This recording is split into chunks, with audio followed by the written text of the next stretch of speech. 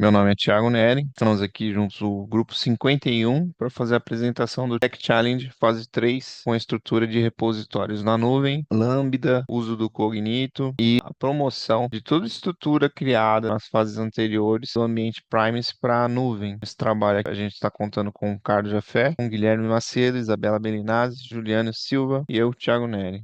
Vamos começar aqui mostrando a estrutura de repositórios. Bom, pessoal, nesse primeiro repositório tem a construção da nossa função serverless Lambda, né, com uma integração com uma API Gateway e também uma autenticação no Cognito. Se você puder, por favor, clicar no template, Thiago, para a gente mostrar algumas configurações. Inicialmente tem algumas configurações globais ali na linha 6.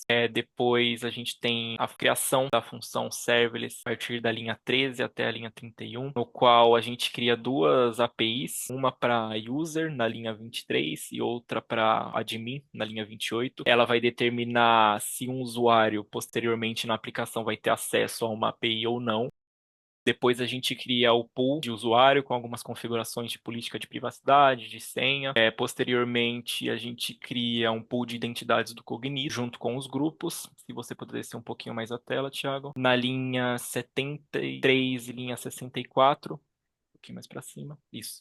73 e 80, na verdade, a gente cria dois grupos, né? A gente cria um pool de identidade, depois a gente cria dois grupos dentro desse grupo, um de admin e um de usuário que vai determinar se eles vão ter acesso a certas coisas ou não. Depois a gente cria um secret. Esse secret a gente vai gravar o user pool e user pool client ID para posteriormente na aplicação a gente conseguir utilizar essas chaves para acessar o Cognito e clicar ali no GitHub Workflows e no pipeline. No pipeline, a gente tem algumas configurações de credenciais. Na AWS, a gente está utilizando secrets. Também tem algumas configurações do JDK21, que é o que a gente está utilizando. Tem a instalação de dependências, a instalação do AWS CLI, o build da aplicação e o deploy da aplicação. Pode subir um pouquinho agora, Thiago? A gente protegeu nossa branch. Você clicar ali em pull request.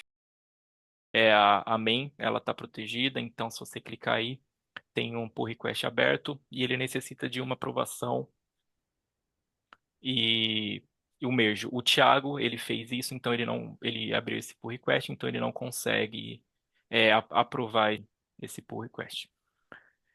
Se ele clicar ali em Actions,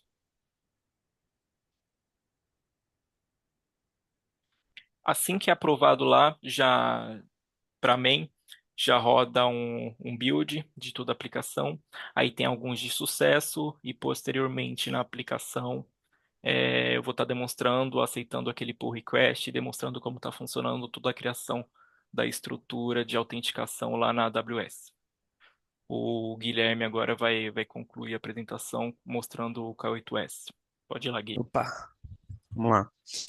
Esse repositório aqui é o início de tudo. Ele abriga alguns arquivos Terraform, né, para o provisionamento inicial da nossa infraestrutura. Ele cria a VPC, que vai envolver todos os componentes, um Internet Gateway, que vai servir de ponte para a gente poder acessar a aplicação, e o EKS. A gente pode mostrar a pipeline ali em cima no Actions. Como o Juliano falou, esse repositório ele tem a branch master protegida, então a gente só consegue fazer a subida via pull request e esse pull request é restrito, né? A gente só consegue subir via pull request com uma aprovação de um terceiro. Então, o terceiro aprovando e mergeando, ele já dá início à pipeline e a pipeline fica ali, Thiago, no Terraform. Esse é o arquivo que vai subir, né? Vai provisionar de fato os componentes lá, vai pegar todos esses arquivos TF e vai rodar eles. Esse repositório, ele provisiona o banco de dados, né? O nosso RDS Postgres. Ele usa a VPC do anterior, do repositório criado K8s, que cria essa VPC. Ele também, como todos os outros repositórios nossos, tem a master protegida e ele também tem a pipeline CI/CD que serve para executar todos esses arquivos aí Terraform e provisionar toda a infraestrutura referente a banco. Esse repositório aqui é o mesmo repositório que a gente usou nas outras entregas, é referente à aplicação. A gente teve uma mudançazinha, que agora a gente tá, se a gente passar ali em Actions, a gente vai ver que ele tem ali à esquerda, ele tem duas pipelines. A primeira que é executada é a Java CI. O que que ela faz? Ela vai fazer o build da aplicação, vai checar se está tudo correto, se ela builda certinho, se tem algum problema na aplicação em si. A gente tem a segunda etapa, que é o de teste. Ela vai correr todos os testes unitários da aplicação e vai ver se não tem quebra para os testes. E a terceira é o sonar. Ele vai passar a qualidade de código, a cobertura de código, tudo mais. Essa pipe toda, estando correta, rodando até o final, com sucesso, a gente vai passar para outra pipeline, que é a pipeline de deploy, quando a anterior for completada. O que que ela vai fazer? Se vocês verem, a gente ali no comecinho injeta, né, as secrets da AWS, né, vai injetar as secrets que a gente cadastra no repositório, access key, secret key e o token, para a gente poder utilizar o ambiente lá da Academy. A gente vai fazer, primeiro, a criação da imagem. Segundo, a gente vai pegar essa imagem, puxar para o SR na Academy. Posteriormente, a gente vai usar essa imagem para subir de fato a aplicação no EKS. Logo depois do push no SR, a gente tem as secrets. Então a gente aplica todas as secrets que a gente vai precisar para a aplicação. Logo em seguida, a gente tem uma sequência de applies, de config map, metrics, deployment da aplicação em si, o serviço que vai disponibilizar a aplicação e o HPA. Ela também, como todas as outras, tem uma restrição na master, onde a gente só consegue subir para master quando a gente fizer um pull request e ter a aprovação de um terceiro, e também com a adição de ter passado nas etapas da pipe anterior de teste unitário, de build e do sonar. Só conseguimos subir e puxar para master quando a pipe anterior rodar corretamente. A gente pode mostrar também ali, será que a gente tem um exemplo de pull request? Vamos ali, Thiago, na pull request.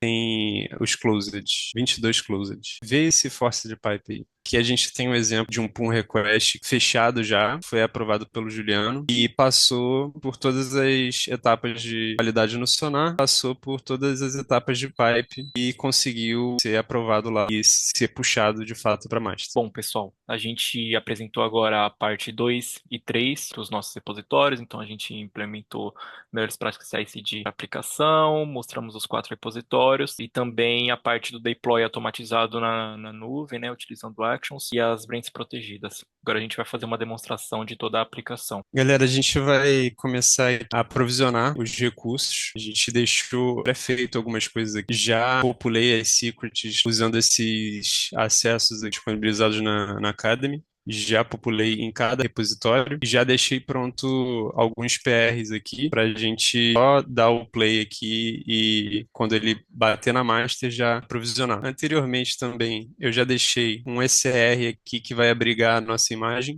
inclusive já tem uma imagem aqui, e dois S3 que vão abrigar os arquivos Terraform F-State Terraform, um para o EKS, outro para o RDS. Vamos começar. Primeiro com o K8S. Alguém pode aprovar o pull request? Claro, aprovado aqui. Beleza, a gente pode dar o merge aqui. Eu não tenho acesso ao approve porque eu fiz a pull request. Então, outro membro do time tem que aprovar para mim. E vamos acompanhar aqui no Actions. Ele já startou aqui, já fez o plan e já fez o init, já fez o setup do Terraform e as credenciais que a gente cadastrou nesse secret lá desse repositório e está fazendo aqui o aprovisionamento. Como a gente já startou aqui a VPC, que é o único recurso que a gente usa em conjunto lá, que a gente tem que provisionar antes para a gente poder provisionar o database. Como já está criado, a gente já pode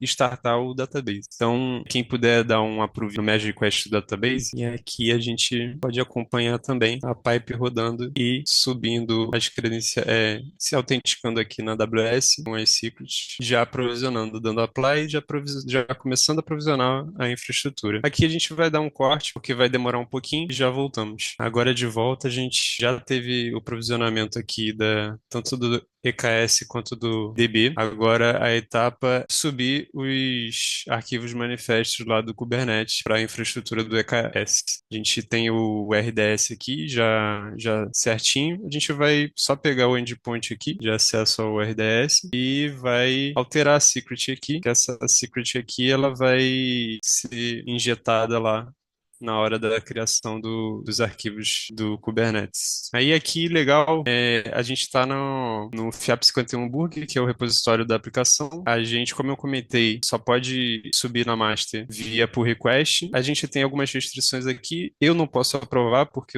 eu que fiz o pull request. Como toda a pipe rodou com sucesso, ou seja, o build, o unit tests e o Sonar passaram com sucesso, a gente pode dar o push na master. Então eu vou pedir para um dos membros da equipe fazer a aprovação para a gente seguir.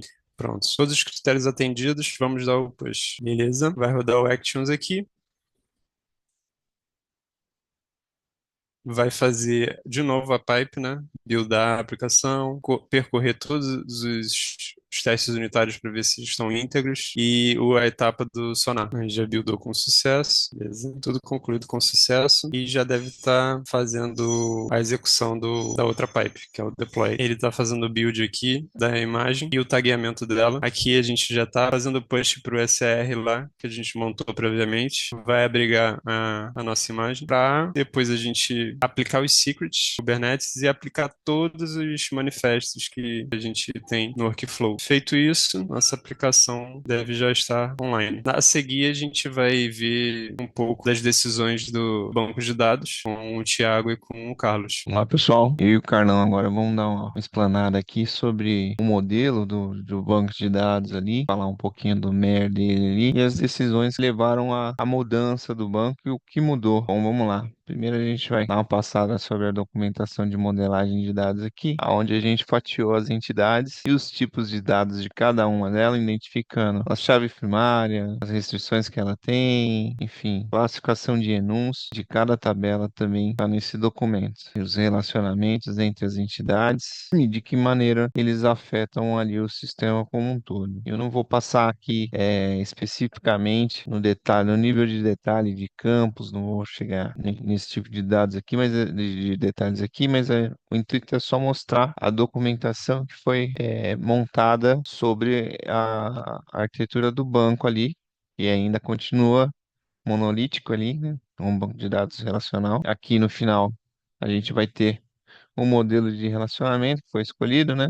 Entre cliente order, order items, checkout de um para um, entre order e checkout, um relacionamento de um para um e um para muitos ali entre produto e order items. E a descrição de cada enum que for utilizado no banco de dados ali estão disponíveis também no consumo da API, as mudanças de status e os status aqui de aguardando pagamento, como as categorias que estão disponíveis para cada tipo de lanche ali ou refeição de dentro da lanchonete. Aqui um modelo de entidade de relacionamento, aonde ele vai servir de apoio ali gráfico sobre o que já tem no documento ali, é justamente o que está descrito ali no documento, mas de maneira gráfica o relacionamento entre cada entidade ali e o modelo do banco ali. Então, você tem relacionamentos de um para muitos, de um para um, muitos para muitos, todos aqui mapeados no modelo de entidade e relacionamentos. O Carlão vai explicar um pouquinho sobre o que houve de mudança no banco e o porquê dessas mudanças. Isso aí, boa noite, pessoal. Então, a princípio, a nossa escolha aí pelo banco de dados da aplicação foi feita com o MySQL, né? Mas aí nessa etapa de revisão aí das escolhas do banco de dados, nós buscamos embasar, né, e procurar as evidências. Seria melhor a gente mudar ou permanecer no MySQL, né? E a nossa escolha aí como base de comparação foi entre o MySQL e o Postgres. Esse artigo da AWS, ele é muito interessante porque a gente vai encontrar muitas informações mostrando as principais diferenças entre esses dois bancos e o porquê um é melhor do que o outro, né? A gente procurou embasar bem isso e ter bastante certeza dessas alterações porque elas teriam bastante impacto aqui na aplicação e nas queries, né? Então, diversos arquivos tiveram que ser alterados, tivemos que escrever e reescrever algumas queries, tivemos que reconfigurar a aplicação para poder entender os enums do Postgres. Então, assim, não era um impacto assim tão simples, simplesmente trocar ali o data source e tudo ia funcionar. Mas com base nas nossas pesquisas e em experiências prévias que nós tivemos com o uso desses bancos, né, a gente conseguiu constatar que realmente o Postgres ele era mais adequado, inclusive ele é mais adequado para aplicações de nível corporativo. Então, ele tem um suporte melhor, tanto para operações de gravação, e ele também suporta melhor consultas mais complexas. E ele tem também um suporte integrado para controle simultâneo de multiversão, né? Então, ele não bloqueia a leitura e gravação. Então, dessa forma, os bancos no Postgres, ele tem uma melhor performance no caso de operações de gravações, e ele é muito mais utilizado no nível corporativo, né? Então a gente resolveu fazer essa troca do MySQL para o Postgres e, e ainda assim, dentro dessa troca, a gente ainda optou por criar alguns índices para que a gente pudesse ter consultas mais rápidas na aplicação. Então, dentro da nossa API, toda consulta que era feita em alguma coluna específica, foi criado um índice nessas colunas para que na hora que a query fosse executada, ela lembrasse da localização dessa coluna e assim podendo fazer a query muito mais rápida, né, e retornar o resultado mais rápido também. Então, as alterações que nós fizemos foram realmente optar pela troca completa do banco, né, substituindo o MySQL pelo Postgres, e a criação dos índices para que a gente pudesse ganhar performance e velocidade na execução das queries. E tem algumas outras coisas também que são bem favoráveis ao Postgres, né? Agora, na última versão, teve a inclusão e a adição aí do JSON Table. Ele também oferece um suporte bem maior a vários tipos de índices, né, do que do MySQL. Então, ele tem índices de expressão, parciais, de hash, de árvores. Então, ele é uma escolha bem mais profissional e foi por isso que a gente acabou optando aí pela troca e pela utilização do Postgres na nossa aplicação. Essa foi a apresentação do modelo de entidade de relacionamento e a explanação aí da troca do banco de dados ali, visando ganhar performance ali na aplicação. Obrigado a todos. Bom, pessoal, voltando aqui, vou demonstrar um pouquinho do nosso fluxo do serverless que a gente utilizou a AWS Lambda, né? Ele faz uma integração também com o nosso banco de dados através da API e com autenticação no Cognito, né? Aqui o nosso token user, um pouquinho do fluxo para vocês, o nosso token user, ele faz uma requisição via API Gateway, né? Ele pode fazer essa requisição via user ou admin. Isso vai determinar alguns acessos na aplicação para ele. Esse Lambda consulta esse usuário no nosso banco de dados. Caso ele tenha enviado aqui algumas informações para cadastro, esse usuário é cadastrado no banco de dados, se não, ele retorna um erro. Se ele enviar o CPF, esse CPF tiver no banco de dados, retorna para o Lambda, e aí ele verifica a permissão de usuário no Cognito. Para um usuário do tipo admin, é necessário também que ele envie a senha. Então, ele envia a senha, a partir disso ele vê no nosso banco de dados se esse usuário existe, e depois autentica o usuário e a senha no Cognito, retornando de qual grupo ele faz parte e quais acessos ele vai ter. Aqui a gente já tem um pull request pronto, vou aprovar ele aqui, vou mergear. E mergeando, já começa o nosso pipeline aqui, subir tudo que precisa. Bom, pessoal, tudo criado aqui, demorou 2 minutos e 12 segundos. Vamos dar uma olhadinha aqui no que ele fez na AWS. Aqui a gente já consegue ver que subiu para a pilha. Nosso Lambda foi criado aqui há 53 segundos. A gente entrar nele, consegue ver carregando. API Gateway aqui, com o número 2. Já vou mostrar isso lá para vocês. Aqui, criou o nosso Cognito IDs, que colocou as chaves do nosso grupo de usuários para conseguir acessar o Cognito e aquele grupo de usuários a partir da aplicação, a partir do Lambda. Aqui na nossa API Gateway já criou uma API para admin e outra para user. A gente dá uma olhadinha aqui nos estágios.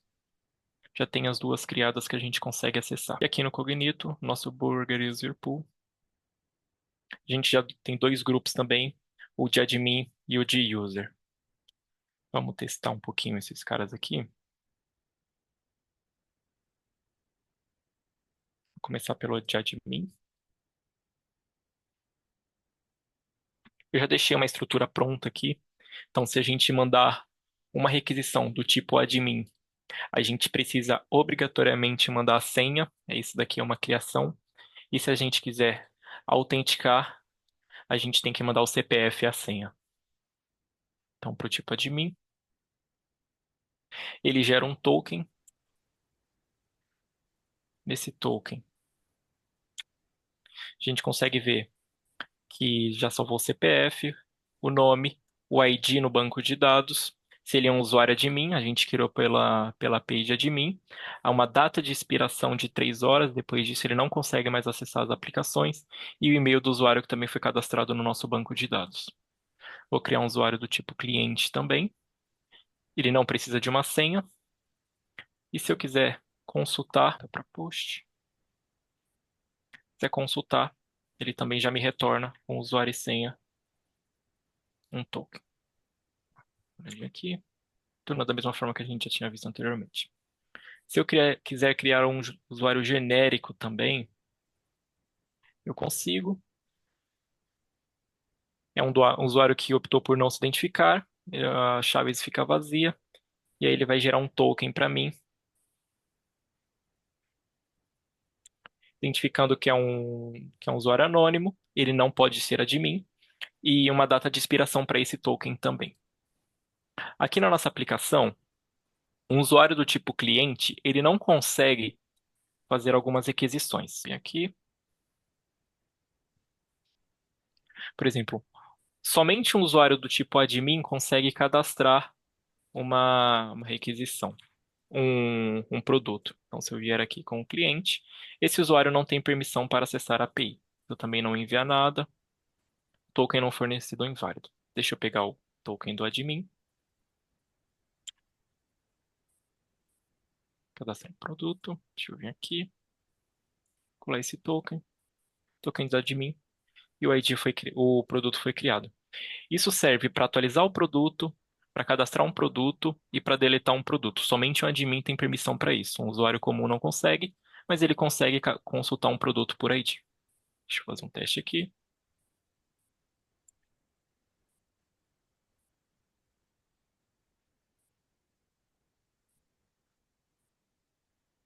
Ele também consegue fazer uma consulta. Aqui na parte de criação, vou criar um pedido com aquele usuário. Tá?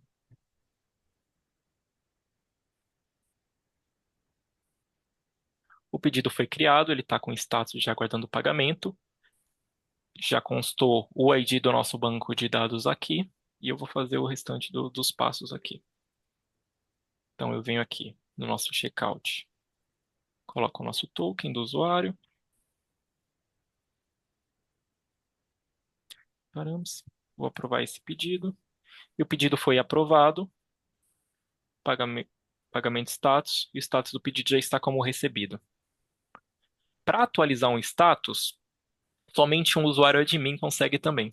Então, se eu vir aqui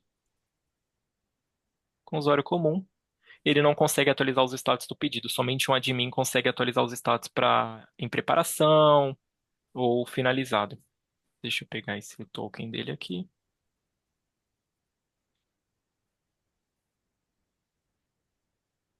Vou lá aqui para atualizar o status do pedido. Estou mudando para em preparação. Pronto, consegui alterar o status do pedido. Aqui existe uma validação, ele depois de estar como recebido, que era o status anterior, ele tem que seguir esse fluxo, ele não consegue ir daqui direto para um produto finalizado. E eu vou fazer todo o fluxo aqui para gente finalizar esse pedido. E pronto, o pedido foi finalizado, utilizando um usuário admin para alterar os status e para alterar os produtos. As outras requisições, um usuário do grupo de usuários comum também consegue acessar. Deixa eu dar uma olhadinha aqui.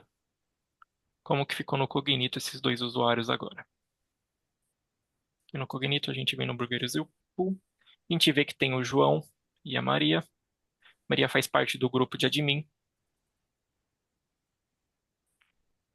E o João faz parte do grupo de users, que é um cliente no caso. Aqui no nosso banco de dados. Já estou conectado com o Terraform. Deixa eu atualizar tudo. Já tem um pedido aqui que já teve o status de pagamento como recebido. E o status do pedido em si está finalizado. Também mostrar os produtos. Eu criei esse último produto, hambúrguer com muito queijo.